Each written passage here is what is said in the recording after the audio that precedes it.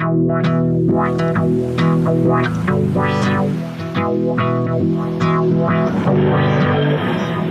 and welcome to Desert Island Who, a Doctor Who podcast where people take their 8 chosen Doctor Who stories to a desert island.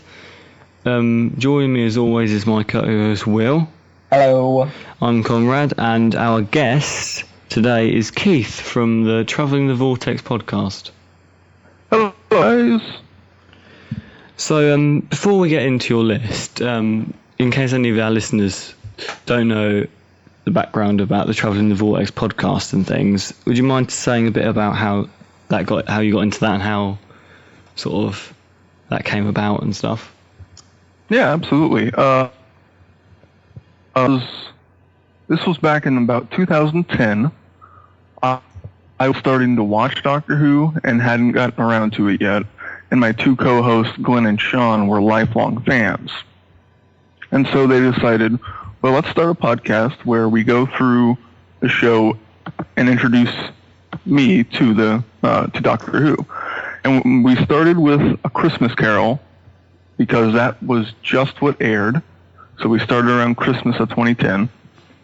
And then we've just kind of gone all over the place. We went through Matt Smith first, season 5, and then jumped back to season 1 with Eccleston, and then kind of jumped back and forth into the classic era while we went through the new series. So things like Dalek, I was introduced to Daleks, the first Doctor story, before I got to watch the new series episode.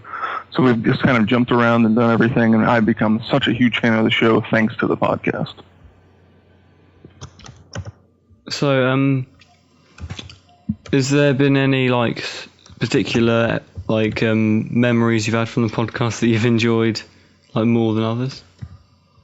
It's been quite an experience. We started out not really knowing what we were doing, huddled around a single Rock Band microphone in a bedroom, and very sillily in the beginning tried to cram reviewing 4 episodes in, 4 stories into a podcast. There were some where we did one of the first classic Who episodes we did was Silurian Archive. So we watched the Silurians, Sea Devils, and Warriors of the Deep all for 1 episode, and that's kind of the first instance where we realized we were trying to bite off a bit more than we could chew, because me and Sean didn't get to finish the Sea Devils, so it was kind of they're quite long ones as well. Yeah, exactly. And then we've also started doing, somewhere in the first year, we started doing tweet-alongs to the episodes that we watched for Classic Who. So Sean and Glenn's big thing growing up was they watched classic Doctor Who on PBS, and we were based out of Kansas. So in Kansas, it aired at midnight on Friday night, technically Saturday morning.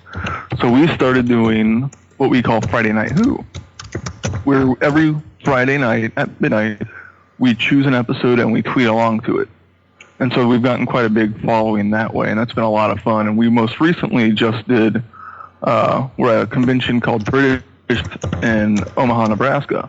And we just did our first ever live version of Friday Night Who, and it went really well. We were able to put up the Day of the Doctor on one screen and then a computer on the other screen so people could see the tweet stream. And so then other regular Friday Night Whoers, as we call them, were able to join in for it, and the audience could see what they were saying, and some in the audience were able to get out their phones or their computers and able to tweet along too. So that was a lot of fun. Right. So your first choice on your list is a classic story. And yeah, it's one that has only recently been released on DVD. It's a Pat Troughton story. It's a Cyberman story. And it's the moon base. That's all very well, but how did it get in here? Oh, it is the Cybermen. I believe they have deliberately infected the base. Yes, I thought long and hard about whether I wanted to jump straight to this one or do something earlier. And while I have a lot of love for William Hartnell, I just adore Patrick Troughton so much that I could not do these next two stories. And the Moonbase was one. I'm a huge Cyberman fan. And I had read the novelization. I can't remember when it was during our run of the podcast for an episode. And absolutely loved the novelization. And then and that was before they even announced that they were animating the episodes that they released on DVD. So then once I finally got to see it, it lived up to everything I read in the novel. I think Patrick Troughton in the story is absolutely phenomenal. The Cybermen are scary, they're creepy, they're everything you kind of want Cybermen to be. I know Tomb gets a lot of praise, and it deserves it, but I think this one is a little underpraised. Them sneaking into the moon base, and this shot of them coming across the moon, the 6 or 7, however many of them there were, is just such a ominous and menacing threat slowly coming towards you. It's such a great scene for me. I think this is a great episode for Polly, too. While she's kind of always given the impression that she's the one that goes and makes coffee, here, the coffee is essential to the story. That's how the doctor realizes how people are getting sick, through the coffee, through the sugar. And then she's the one to come up with what they end up calling the polyjuice, where how to defeat the Cybermen of throwing that chemical combination on their chest plates. So it's a great Polly story also. Go ahead. Oh no, I was just agreeing with you. This is the supporting. Oh, sorry. I was going to say this is one. Go ahead. I've read the novel for this one. I haven't seen the surviving episodes or the animation, but I thought it was a sort of the novel was very good at sort of building up the sort of base under siege, which wasn't so much of a cliche as it is now. Back then. Well, this was kind of near the beginning of the base under siege stuff. Yeah, sort of the atmosphere was sort of built on very well in the novel, I thought. Yeah. And the supporting characters are wonderful in this. There's the one guy the main guy in charge of the base, his name is escaping me now, but you start off not liking him, and then you wind up really liking this guy, and has such a great growth throughout the episodes, and learns to trust the doctor, and seeing him willing to put the graviton ray to use was a great moment also. And just the idea of this moon base of they're up there, they're making sure Earth's weather is controlled. That's just cool in my opinion. As far as the animation goes for the episodes they did, I think the animation is phenomenal. I always liked the animation they did for the Invasion. Yeah. And wasn't as fond of the ones they did for Reign of Terror. But this combines the two, where you get them trying to be as photorealistic as possible with the style of the Invasion animation, and I think it looks beautiful. I think it's the best animation work they've done so far. Yeah, I agree. It really manages to capture the era that it's set in, the 60s. It really, really feels, even though it's an animation, like you're watching an episode of 60s Doctor Who. Yeah, I don't think they could have done a better job with it. There's also the great moment for the Doctor. I think it's one of the first moments we get where he kind of stands up and says, "We have to fight evil." And that great speech we always hear of, there are terrible, or in dark corners of the universe, terrible things have come, and we must fight them. That's what this is from. This is also kind of that. It feels like, well, he's done it before, like in the War Machines and other Hartnell, and not too many other Troughtons, because I think this is the second one, where he has to fight the End Menace and save the people. This is kind of the first one where he is our Doctor and says, we must do this. This is my mission operandi. This is what we must do. Yeah. And so I give a lot of credit for this story for that too. Exactly, because at first the Doctor he was just travelling and sort of wanting to when they're in trouble they want to go back to the TARDIS rather than fight injustice. Whereas this Troughton was sort of towards the end of Hartnell, start of Troughton was when the character sort of transformed into the one we know today. Yeah, absolutely. So your next choice is another Patrick Troughton story, and it's another one that's only recently been released on DVD, and that's because it didn't at all exist until very recently. And it's Enemy of the World. We don't know anything about these people. Bastard saved her life and just wounded because of it. Oh, but Jamie, well, she didn't. She was. Look, we're right about Salamander. It won't take you long to find out for yourselves. Yeah, I may have started watching Classic Who with Pertwee, but Troughton is one of my absolute favorite classic Doctors. I could have pretty much chosen 8 Troughton stories and been perfectly happy with it, even the Dominators of many people don't like. And I like the Quarks in it, and the Dominators are kind of meh, but Troughton is always phenomenal in all these stories, and this is, I think, his Caves of Adrazani. This episode, or this story, is so wonderful. There is solid storytelling, solid acting from everybody, especially Pat Troughton, who gets to, in a very rare move, play 2 roles.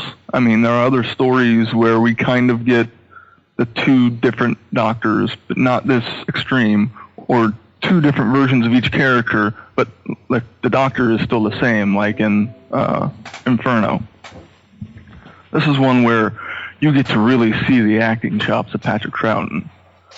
He is pretty much, you forget that it's after like the first episode, at least for me, of seeing Salamander, you forget that that's also Patrick Troughton. I just got sucked into it so much that that's Salamander and that's the Doctor. It's not Patrick Troughton playing both characters. It's just 2 different characters.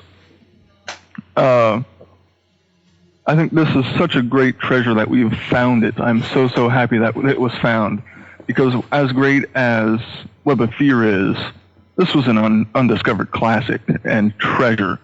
Like I said, the storytelling is solid. There's a whole episode where Jamie and Victoria aren't there, and it's not until the next episode when they show back up that you realize they were gone.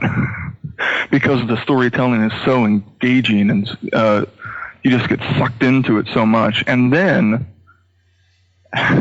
4 episodes of this amazing story, and then it takes this weird left turn where by the end of it you're like, oh, they were hinting at this to begin with, but then he goes down into this underground bunker, and this just, because it gets to a point where you're like, how are they going to stretch this out for 2 more episodes? It's just going to kind of turn into gribble. But it doesn't, because you've got this whole new subplot and this whole new side of Salamander that you get to explore. It's just so wonderful. This is one that I could just watch over and over and over again and enjoy it as much every single time. Was your first viewing of this as the episode, like, since it was found, or did you see it before, like a recon of it before it was found? No, my recent viewing of my first viewing of this was actually just like a couple months ago, when we did it for our podcast. There are very few episodes that as we've gone through the show, that I've watched outside of our reviews of episodes. Some in advance, some others. But so most of the episodes I see are fresh to me when we go to review them the next week. So this was one that I did not see until the DVD was released, actually, in the U.S. So it was even long after they released it on iTunes. And I wish I would have watched it on my own ahead of time, because it's so good. Yeah, sort of shows that it's settled in very fast into sort of already seen as a classic. Because in the Doctor Who magazine poll, like obviously previously before it was found, The 2009 one. yeah, people didn't know much about it. It didn't rank that highly, but it was sort of seen as one of the best ones out of the 60s. Now, I mean, it there was a feature in the thing where it said it is sort of percentage rating is up 14.42% over the 5 years. Sort of shows how quickly it's sort of, since being found, it's sort of become one of the go-to best Troutons. Yeah. And it absolutely deserves that title. Now your next choice features Patrick Troughton in it, but he was also alongside his predecessor and successor, and it's the Three Doctors. Oh, so you're my replacements. A dandy and a clown. Have you done anything? Well, we've assessed the situation. Just as I thought. Nothing. Well, it's not easy. Yes, I thought long and hard about if I wanted to do the 3 Doctors or the 5 Doctors. And as much fun as the 5 Doctors is, It'd be boring for us because we discussed that before. and it's great fan moments, and it's pretty much 90 minutes of fan service, and the plot's a little weak in my opinion, whereas the 3 Doctors, Omega just captivated me as a villain. And the whole idea of he's such a powerful Time Lord, he created this universe around him so that he wouldn't die. That's cool. And then seeing, one of the great things about, I think, the 3 Doctors is the interactions between Troughton and Pertwee. And you don't get as much of that in the 5 Doctors. Each Doctor is kind of in their own story with slightly different companions than they're used to, and then they meet up at the end. This, while unfortunately Hartnell's relegated to a monitor, Pertwee and Troughton are together quite a bit, and they have such good chemistry together. Yeah. They bicker like an old married couple. It's so much fun to watch. And then you get Joe in there and the brig and units, and then not wanting to accept the fact that Unit HQ is having issues and whatnot. And so, yeah, this is just a story that, while I haven't watched it as much as some of the others, I've really enjoyed it, and it's kind of my go-to Pertwee story when I want to watch a Pertwee story. My first was the Silurians, and honestly, I haven't gone back to rewatch that since I watched it the first time 3 years ago. This is one I've seen at least several times. And unlike Inferno, which is another fantastic story, this one's a bit more fun to watch, I think. Inferno is very dark and very serious. Well, this has its moments, but this is also just a lot of fun. I think Jo is great in this story also. She gets to go off and do her own thing a little bit and be a great character, where she a lot of times kind of gets relegated to the Damsel or the Shrieking Violet, where when you really look at her stories, she has her moments, but for the most part, she has this great growth throughout the show, and this is kind of one of those latter ones that shows part of that growth. Yeah, because you've got sort of a different dynamic with sort of the other Doctor, and sort of taking people out of it, because it's sort of the first one where it's the one where the Doctor gets his power to time travel back. So it's one of the first ones where you actually see him sort of John Pertwee in a outside Earth environment. Yeah, which is very interesting. Very different, especially for the viewers at the time. Sort of been so used to sort of seeing him on Earth, to see this alien environment, even though it is a quarry. Yeah, that's a good point. It's also a great moment for the show, where we were stuck on Earth for so long, and now we get back to what came before and kind of sets up what's to come still. Yeah, because it's sort of a bit like the Day of the Doctor in that way. So if you got looks back but also looks forward. There's all very quite similar stories when you think about that, because it sort of sets up the tone for the next sort of few series of Doctor Who, as well as sort of having 3 Doctors that have come together. Yeah. Then I wouldn't be surprised if Moffat admitted to going to the 3 Doctors for inspiration. I had never seen that anywhere, but it wouldn't surprise me. It does seem very similar to The Day of the Doctor. Your next choice is a story that features Pertwee's successor, and it's only his second story, and it's The Ark in Space. The Wirren will spare your lives, but leave the sleepers for us. Now, listen to me. If there's any part of you that's still human, if you've any memory of the man you once were, leave the Ark. Yeah, this is one of the few instances where I got to watch an episode before we reviewed it, and then it was like a year until we actually reviewed the story. I absolutely adore this. All of this season is phenomenal, in my opinion. I thought about going with Genesis of the Daleks, and then there are other later Tom Baker stories that I thought about going with, but this one, I don't know. Whenever I think Tom, and whenever I think Sarah Jane specifically, this is the one my mind goes to. You get Sarah Jane going off, doing her own thing for part of the episode, being great. You get the Doctor and Harry getting to build some sort of relationship, even though later in the run he calls him an imbecile. And then the sets in this story are phenomenal, I thought. This space station is pretty impressive, and I'm not surprised that they decided to reuse the set later for Revenge of the Cybermen, because they are that good. And during Friday Night Who, we would joke about the transformation process of the Wirren with the bubble wrap. And it looks, I don't mind it. It looks kind of silly, but they spray painted it green, and it's kind of a neat effect, I thought, of using what you have available at the time. So the special effects don't bother me in the story. One of the standout moments, I think, from this one is the one where Sarah's climbing through the air duct and thinks she's getting stuck. And so the Doctor just goads her.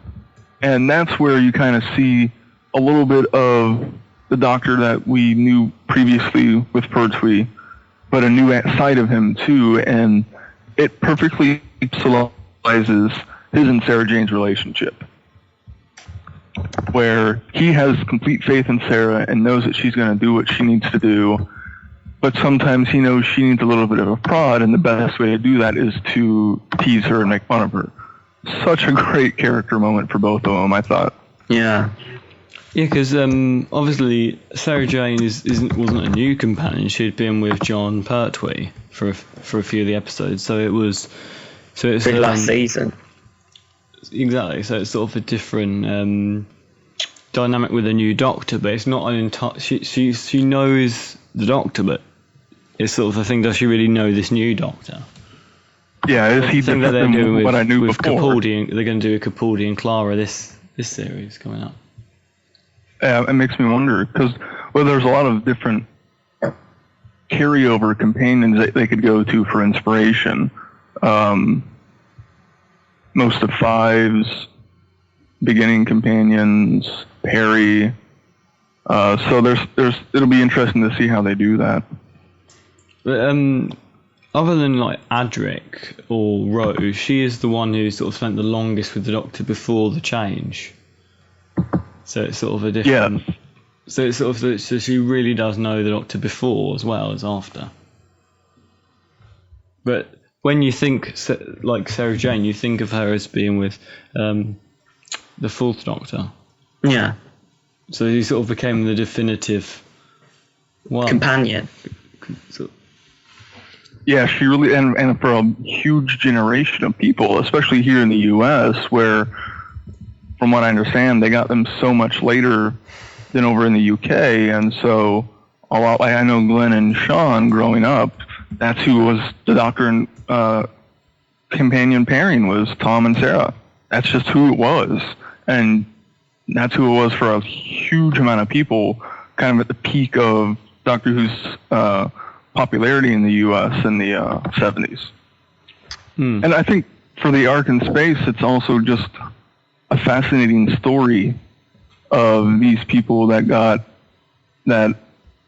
are sealed away for later, and this giant insect causing havoc. I just enjoy it. Your next choice is a very unusual choice. It's an interesting choice. It's what might be considered a controversial choice. It's a Peter Davison story. And it's not the Peter Davison story you would automatically think of when making this list. It's Warriors of the Deep. You'll trigger the war this base was designed to fight. Yes. And these human beings will die as they have lived, in a sea of their own blood. Yes. I said before that my first foray in the classic Who was the Silurians. And so the second full story I saw was this one, Warriors of the Deep. And so in a way, Sean and Glenn unwittingly kind of set the bar a little low for expectations.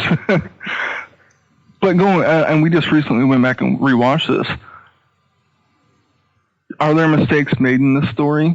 Yes. Should the sets just been darker, and could that have fixed a lot of the problems? Absolutely. But the story in this is really well thought out and surprisingly dark, considering the atmosphere.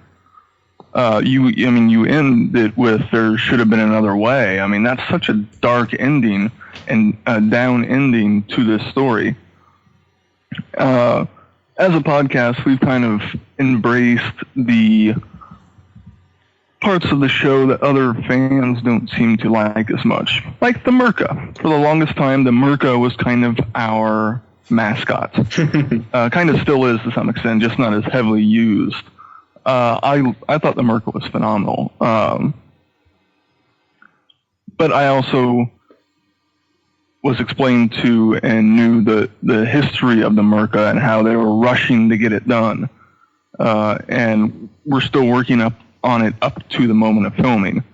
So, but even then, the idea of the Merca I thought was really cool, of this giant monster that is just going to come in and wreak havoc.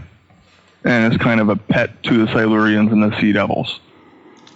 There's a story in Big Finish that brings the Merca back. I think it's a tide. And it kind of takes the Merca and puts it into an environment where he's a bit more of a threat. He's in this situation, he's a swimmer. So that's why he can't walk very well. He's better at swimming. And so he's kind of like Loch Ness Monster Nessie in a way where he's more of a threat in the water instead of on the space. But just the shots of him going down the hallways just fill me with glee for some reason. Just watching all of that, and then them trying to attack the Merca, trying to stop the Merca was just a lot of fun for me. The ideas of the Sea Devils and the Silurians teaming up to stop this drilling on this base, I thought was wonderful. I think it's a great base under siege story. Yeah, obviously this is not a very popular one among some fans. I mean, in the 50th anniversary poll, I'll probably mention this a lot in every podcast. We've already mentioned the 50th anniversary poll, but it was put like the 16th worst. Oh wow! I haven't seen the full list, so I've only seen the top 10 and the bottom 10. No, I don't think it deserved the 16th worst. I think there are stories that are worse. I think the story is great. Some of the production values could have been better. Yeah. When I saw it, I didn't love it. I wasn't like wow, but I didn't think it was as bad as people sort of make out. We've got a friend who we name drop. We like to try and name drop on every podcast. Well, not name drop because we haven't ever said his name, but his name's John, by the way. And he's doing the marathon at the moment, and he's kind of worried about when he gets to Warriors of the Deep because every time he's tried to watch it before, he's actually fallen asleep. Do you have any advice for him at all? Maybe how he could look at the story differently to help with the marathon? It could just be timing. Don't watch it when you're tired if you keep falling asleep to it. Yeah, I suppose you have to watch it in one go, couldn't you? You could watch one. Oh yeah, you could. Yeah, you could each night or something. Break it up. That's something I kind of have been curious of trying to do, because whenever we watch a story, we sit down and watch the whole thing. It wasn't until recently that we started breaking up. Anything more than 6-parters will be over 2 weeks. I think I would have enjoyed the War Games more if I hadn't watched 10 parts in one go. That's quite the. That's a commitment to sit down and watch all of that. Yeah.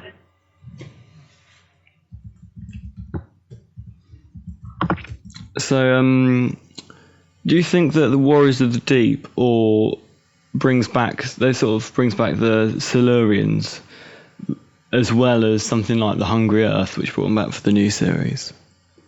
I think the Hungry Earth does it better, but I think this Warriors of the Deep is a good bringing back a monster, quote unquote monster, who many people probably knew of and remembered. And so then taking it to the next level, taking it the next step, and then teaming them up with their cousins and taking them to the next step, I think this is a great story for that.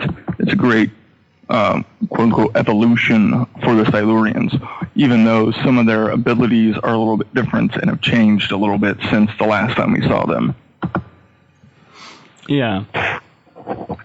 And yeah, that the combination of the Sea Devils. I think they should bring the Sea Devils back in the new series, to be honest. I think that would make a good story. I think it would too. I think they're sort of a bit worried that it might sort of be retreading the same old ground. Which might be a fear, but I suppose you could make it different enough. Especially as we haven't seen like evil Silurians for a while. We've only really seen Vastra. Yeah, and really, if you look at the story of the Silurians and Hungry Earth, or the 2-parter from Series 5, this pretty much it's pretty close to an adaptation of the Silurians. There are a lot of similar story elements. There's a lot of similar storytelling. There's a lot of parallels to it. So it's not like they reinvented the wheel when they brought the Silurians back. Now, your next choice on the list is one that was kind of a very different story. You're saying this one, they didn't change much, but this is sort of a big change to the normal Doctor Who setup. It's sort of a very weird one, people like to say. It's a Sylvester McCoy story, and it's Ghostlight. All have a universe of their own terrors to face. I face mine on my own terms. But don't you want to know what happened here? No! You learned something you didn't recognize when you were 13. Like what? The nature of the horror that you sensed here. The choice of Ghostlight it's just a fascinating story to me. First time I watched it, I kind of was just confused the entire time and walked away going, what the heck was that? And then I started digging into the history of it and looking at what the writer intended to do. And then I went back and rewatched it, and it kind of clicked for me of what was going on. And I think it's just one of those stories that the more you watch it, the more you get out of it. And I just recently picked up the novelization for this and really look forward to reading it, because I think that will also unlock some more mysteries of Ghostlight, because there's a lot of great stuff in it. It's just the story, until you can nail down what's happening, is so confusing that you kind of overlook all the good stuff, like this creepy mansion and these creepy people, the Doctor kind of being darker in tone, kind of prodding Ace into facing her fears.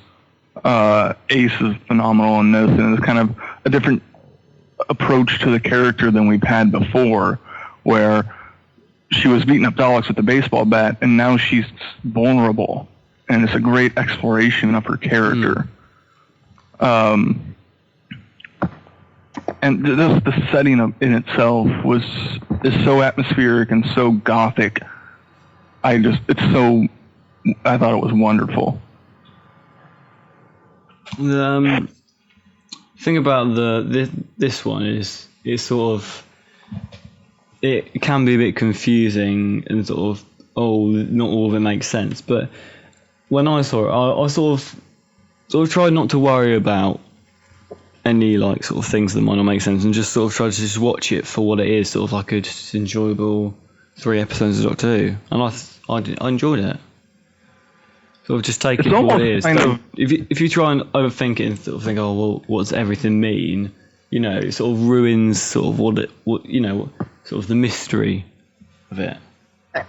Didn't John say that he had problems with this one? Yeah, I think he didn't understand it, but I mean, then there are a lot of people who would say the same, even though it is a popular story.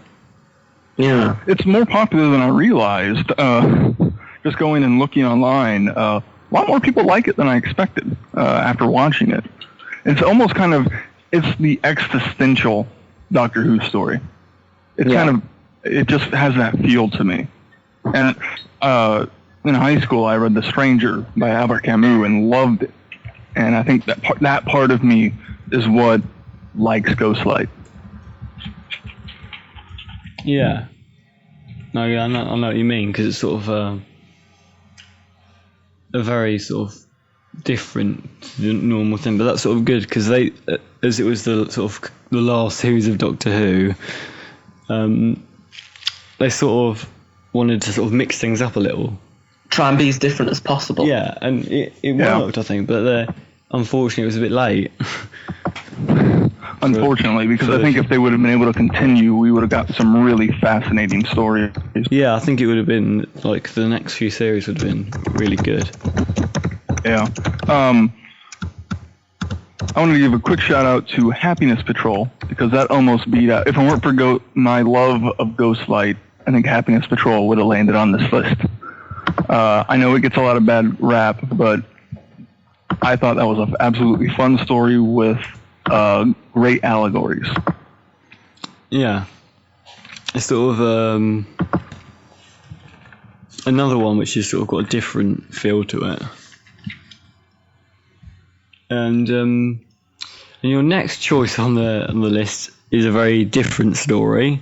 It's sort of a one-off kind of thing, because it was the only Eighth Doctor story. You've chosen the TV movie. I always dress for the occasion. Yes. This one, the guys introduced to me really early on, because both of them absolutely loved it when they watched it originally. And it was pretty early in our run that they released the DVD in the U.S. So I think I might have watched this before I saw any Tom Baker. So McGann has been part of Who for me for a very long time. And I absolutely adore this story. Part of it is the fact that Paul McGann is so wonderful in this.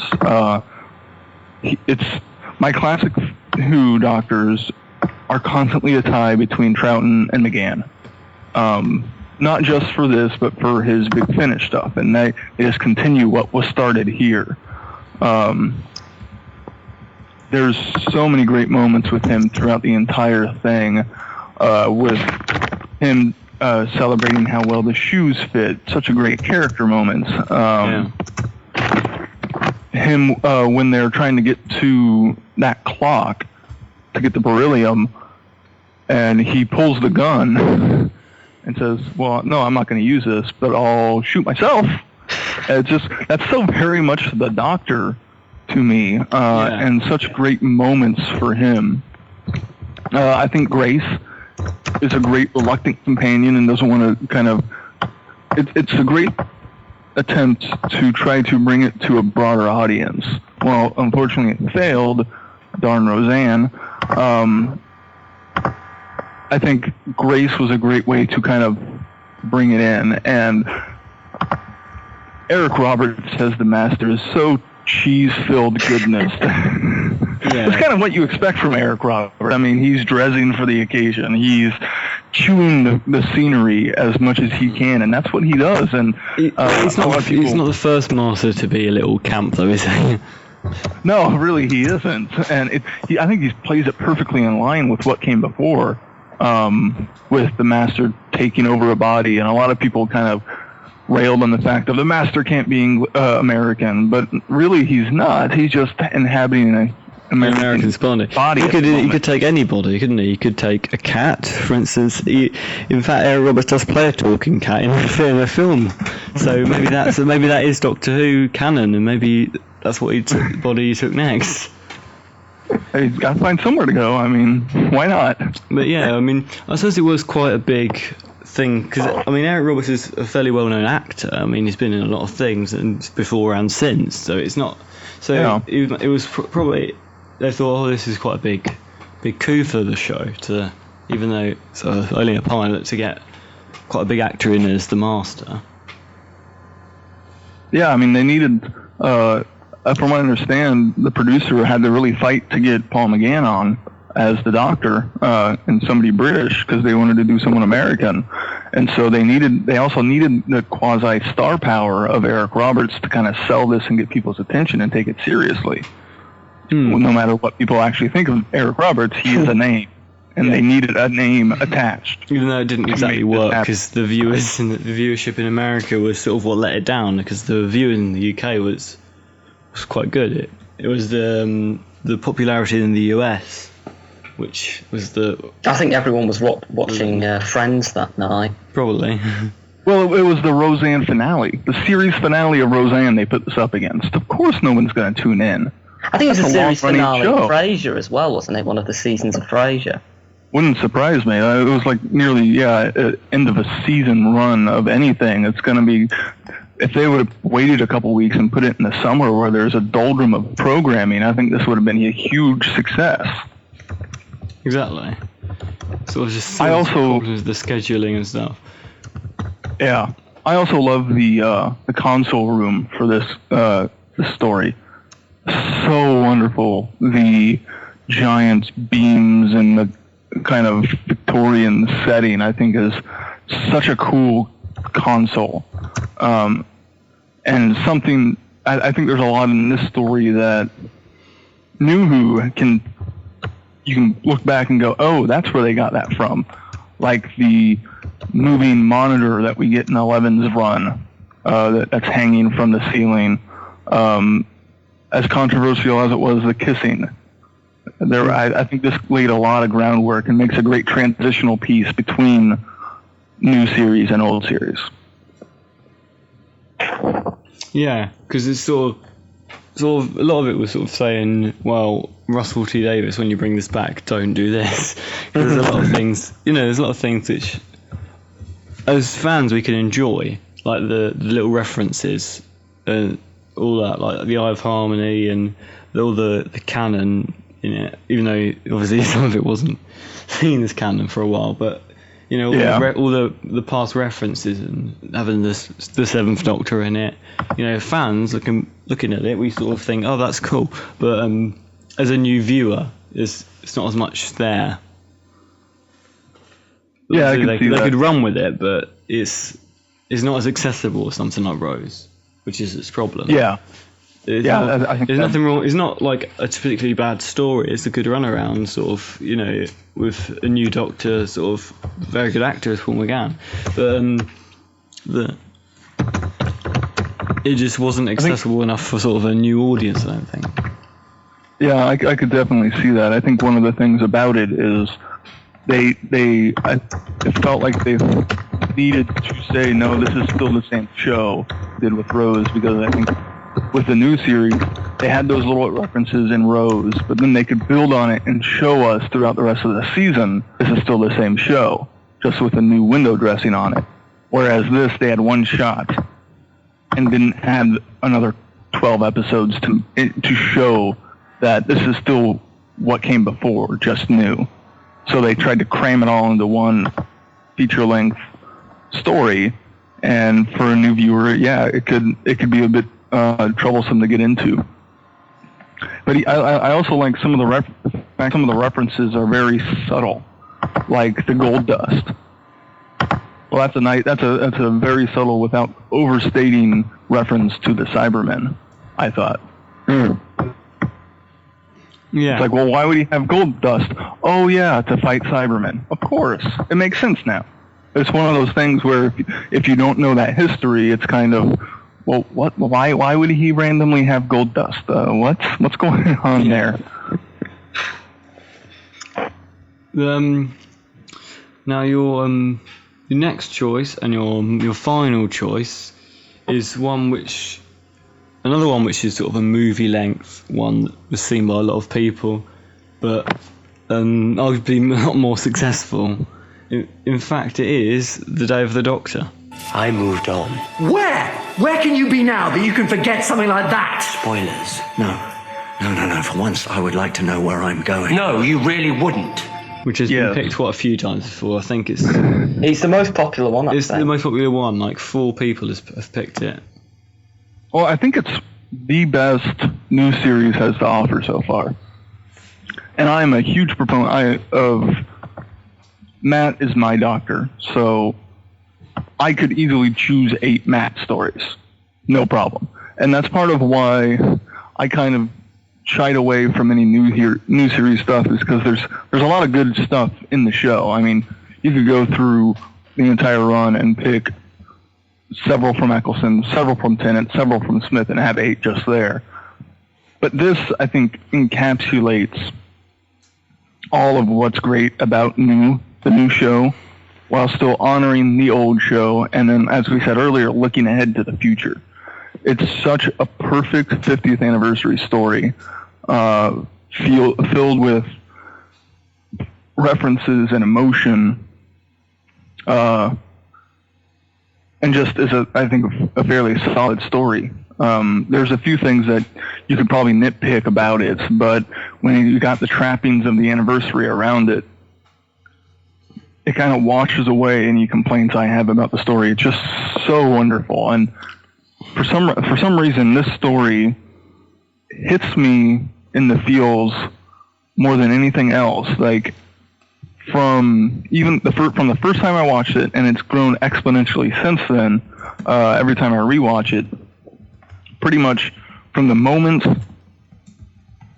all the doctors start showing up, there are tears in my eyes to the end, through the entire thing. I can't even express the emotion I'm feeling. It's such a bizarre feeling to me that it's not sadness, it's not happy, it's just this weird, this is so wonderful, it's bringing tears to my eyes type thing. I don't know, it's really weird to describe, but it's just one of those stories that even listening to the Radio Free Skaro galley opening ceremonies where they spoofed it, I kind of got teary just listening to that. It's just something about that strikes a chord in me emotionally that no other source of media ever has. And so just for that alone needs to be on my list. Yeah, because I mean, you could sort of go, oh well, they didn't really resolve the Zygon subplot, or try and find some kind of little niggle with it. Like, why would you? Because it's it's the anniversary story. It's so it's not about the Zygon. It's not. No, it's about the Doctor, and it's about his story really. The Zygons are just there, really, so fans can go, oh, the Zygons, I remember the Zygons, and kids can go, wow, they look cool, those suckery, like orange monsters. Yeah. And so David Tennant can have something to do before the others turn up. Yeah, and also it sort of fills David Tennant's childhood dream because he always wanted to fight the Zygons because they were his favourite monsters as a kid. So that I thought that was quite touching. Sort of when you like. It wouldn't be, it's not obvious at first because they don't ever say there's not the big pop up that says that, but it's sort of if you look back, it's sort of he finally he didn't manage to in his actual run as the Doctor, but coming back now he can actually fight the Zygons at last. Yeah, yeah, outside a book. Because I can't even imagine the pressure Stephen Moffat would have had. Writing the 50th anniversary story. Imagine all the fans, and obviously not everyone's going to like it because fans don't like that. But and I think for the most part, they hate most of the show. I think for the most part, he fulfilled any expectations, at least I had, of the 50th, especially setting up with the War Doctor at the end of Series 7, going into it, and the inclusion of having all the Doctors in it in the way he did it is I thought the perfect way.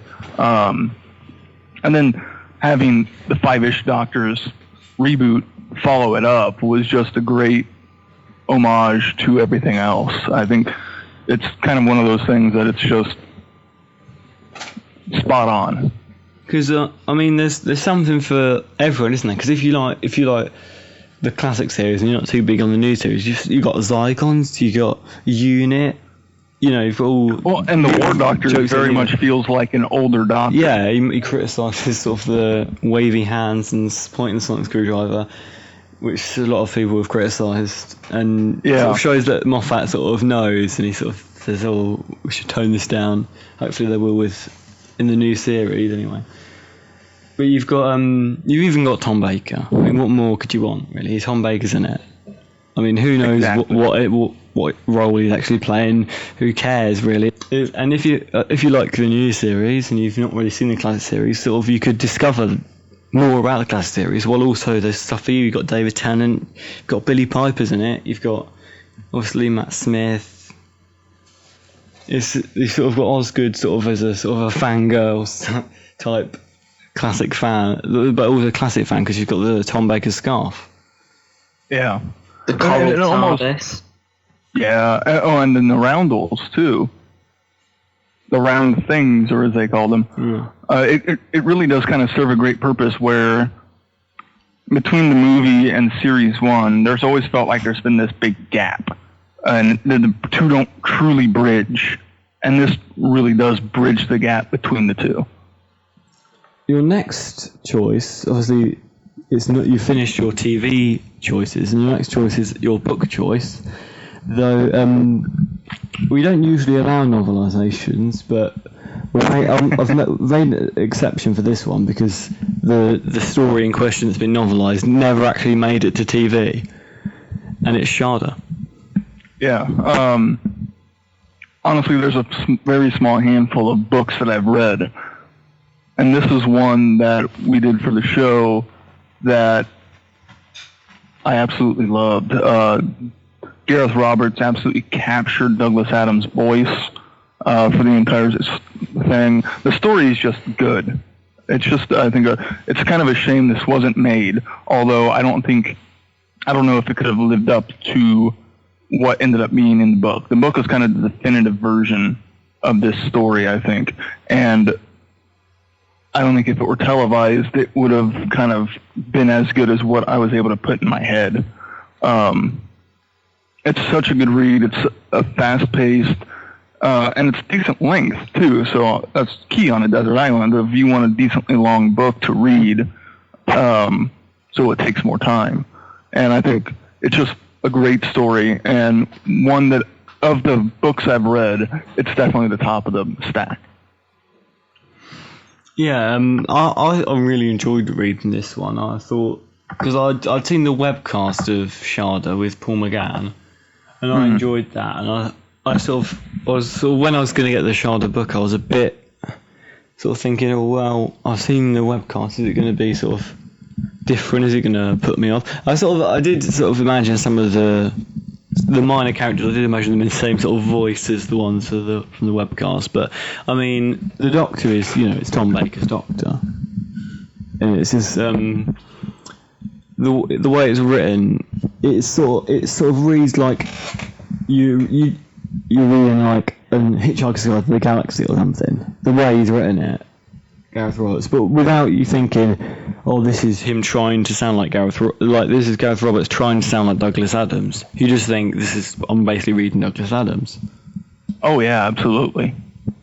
I think Gareth Roberts is one of the best writers we've gotten on the show in general. I love his television stories. I love his Sarah Jane Adventure stories, and now this book. I look forward to reading more of his stuff, more of his original stuff, because he's kind of episode for the new series, isn't he? Oh, good. I didn't know that. That's awesome. No, he's doing episode 6, I think. Is it episode 6? Ooh, I look forward to that. I think it's episode 6. One of the early ones. Nice. Yeah, it's just one of those. I've always liked his stories, and this shows another side of him where I think he's always had an element of Douglas Adams a little bit in his scripts, and so he really gets to tap into that for the novel. Yeah, he's a very good writer, and you've got how he sort of blends so well with the Douglas Adams style. I think Douglas Adams would have been happy to have Gareth Roberts do it if he'd have still been alive. He would sort of we would be happy with the Shard novelisation that came out, I think. I would agree. Now, your other choice, you're one of the only people to choose an audio. A lot of people have chosen sort of other sort of VHSs or sonic screwdrivers. But you've chosen a Big Finish audio, and it's one that I've got. I got it for Christmas. I listened to the first part. I haven't got round to listening to the second part, which is bad of me. I know. I really want to, but I'll have to listen to the first part again if I do, just to remind me. But I have got this one, and it's The Light at the End. Yeah, we've done a lot of Big Finish for the podcast. I think we're almost done with at least Paul McGann's line in the main range before he goes off to do his own series. So we've got a lot of Big Finish under our belts, and this is one of the absolute bests we've listened to. It's one I normally don't re-listen to audios. This is one I listened to twice before we recorded because it's that good. It's a great Big Finish 50th anniversary celebration. A perfect way to incorporate all of the Doctors and give them all something to do. It's just so good. I just there's nothing I can say bad about it. It's so wonderful. It's so time bendy that you almost need a second listen to wrap your brain around some of the ideas that are going on in it. And it's just so much fun to listen to that, yeah, this is when I stop to think, okay, what audio or something else, this is the first thing that popped in my head, and once I thought that, there was nothing else that could take its place. Yeah, because it's sort of the Big Finish's own Day of the Doctor, isn't it? Yeah. And the fact that the way they paired up the Doctors in this, too, is wonderful. 4 and 8 have great chemistry together. And then you get 5, 6, and 7 together doing their own thing. And they have a great chemistry. And because they've also have done previous multi-Doctor stories with those 3. And so it's kind of natural to pair those 3 together, and they have great chemistry together. But then having Tom and Paul together with Leela and Charlie, it's just such a great team together. It's wonderful to listen to, such joy, and you can tell a huge fan of the show wrote this story. Yeah. Well, yeah, it's sort of, Nicholas Briggs is a huge fan. He sort of brings in, there's everything, because you've got the Master in it, which is obviously something that was left out of the Day of the Doctor. Yeah, and not only the Master, you get the Carcass Master, essentially, where he hasn't fully switched bodies and is trying to prolong his life, which is, we haven't gotten, we've done Deadly Assassin, but we haven't gotten to the Traken stories. So it's kind of one of those interesting next developments for the character that I would like to see more of. Yeah. It's filling in a sort of a gap. Much like the Doctor, really. Sort of filling in the gap, but this was sort of filling up with the Master as well. It's sort of giving us everything that the Day of the Doctor couldn't really do, because of, obviously, the actors have aged. You can't really have... Even though, as much as fans would have loved it, it wouldn't have been the same to have Colin Baker and Peter Davison on the screen for the full episode of Day of the Doctor. Yeah. Whereas in audio, they haven't aged at all. They're still doing it. They're still as they were then. Exactly. So I think that sort of brings us to the end of the podcast. So thank you to Keith for being on it. If people want to check out... Thank you very much for having me. If people want to check out Traveling the Vortex, how would they do that? Just head to our website, travelingthevortex.com. We spelled it the American way, so there's only one L. So when you type it in, make sure you only do one L. And you can find our stuff there. We're also on iTunes, Facebook, Twitter at Travel Vortex. You can find us all there. You can find me personally on Twitter at Vortex Keith. And all our contact information is on our website. So thank you for being here, and thank you all for listening, and we won't see you, but you will listen to us in our next episode. Goodbye. Bye.